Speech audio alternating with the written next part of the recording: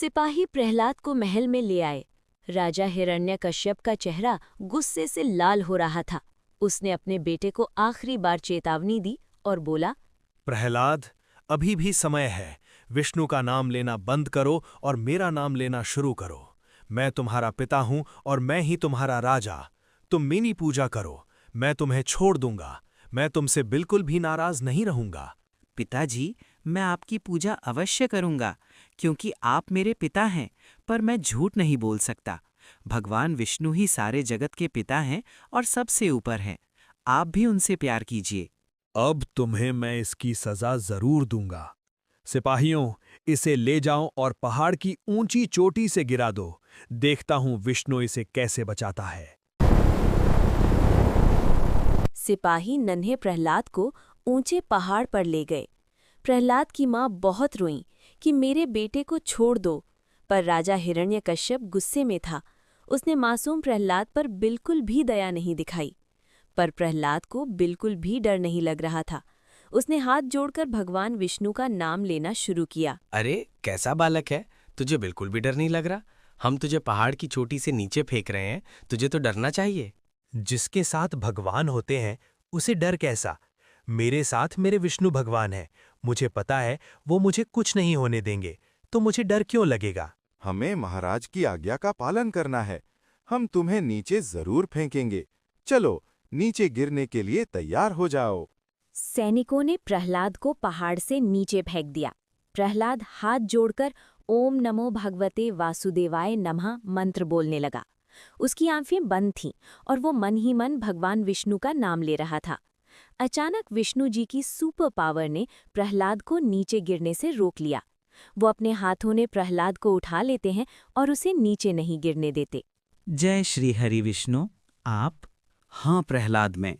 मेरे होते हुए तुम्हें कुछ नहीं होगा, क्योंकि तुम मेरे सबसे अच्छे भक्त हो।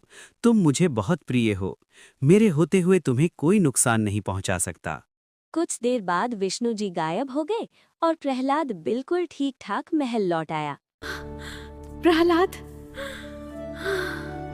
प्रहलाद की माँ कायाधु ने जब अपने बच्चे को ठीक-ठाक महल लौटते हुए देखा तो वो उसे लिपटकर रोने लगी।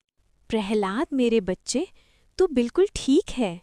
माँ, आपको पता है, मुझे विष्णु जी ने अपनी गोदी में उठाया और मुझे बहुत प्यार भी किया। उन्होंने कहा वो मुझे कभी कुछ नहीं होने देंगे। मैं उनका सबसे प्रिय भक्त हूँ। वो मुझे बहुत प्यार करते हैं। तुझे विष्णु ने नहीं बचाया। तेरी किस्मत अच्छी थी कि तू बच गया, पर हर बार किस्मत अच्छी नहीं होती। इस बार तू नहीं बच पाएगा। अब मैं तुझे जंगल में अंधेरी गुफा में भेजूंगा। वहां पर जंगली जानवर तुझे खा जाएंगे।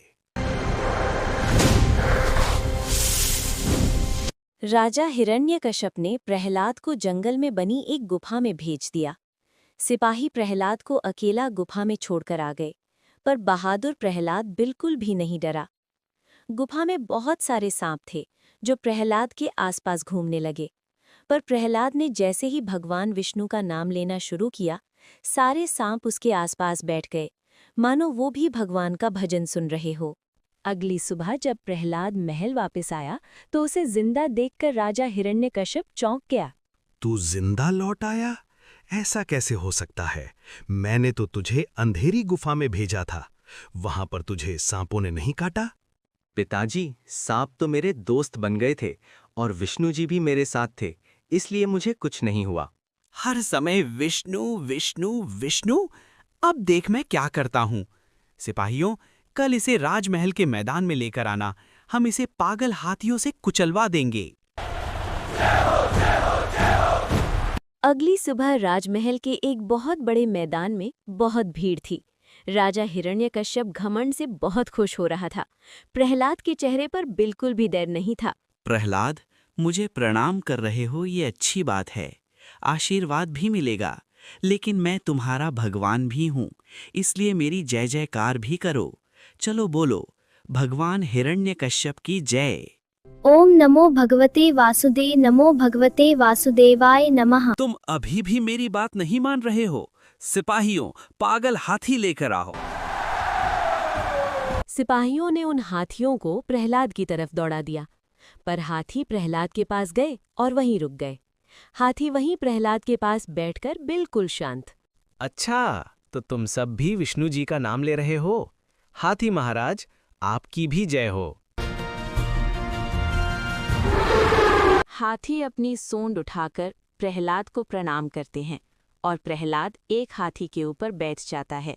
राजा हिरण्यकश्यप हैरान रह गया। राजा ने प्रहलाद को जेल में डाल दिया और उसे भूखा प्यासा रखा। पर भगवान तो अपने भक्तों को कभी भूखा प्यासा नहीं रहने देते। विष्णु जी तुरंत अपने भक्त के पास दौड़कर चले आए। बेटा, आंखें खोलो, देखो मैं तुम्हारे सामने हूँ। बोलो तुम्हें क्या चाहिए? भगवान जी, मुझे तो बस आप अपना आशीर्वाद दे दो और मैं हमेशा आपका नाम लेता रहूं। मुझे ऐसी शक्ति दो। मेरे प्यारे बच्चे, अगर भूख लगे तो तुम ये खा लेना। भगवान विष्णु के चमत्कार से प्रहलाद के सामने बहुत सारे टेस्टी टेस्टी पकवान आ गए। फिर प्रहलाद ने खुशी खुशी खाना खाया और सो गया। भगवान विष्णु उसे अपना आशीर्वाद देकर चले गए। राजा हिरण्यकश्यप की हर चाल नाकाम हो रही थी। अब वो क्या चाल चलने वाला था? क्या अपने पिता के दिए हुए दंड से छोटा सा भक्त प्रहलाद घबरा जाएगा और विष्णु जी का नाम लेना छोड़ देगा? ये सब तो हमें इस कहानी के अगले एपिसोड में ही पता चलेगा।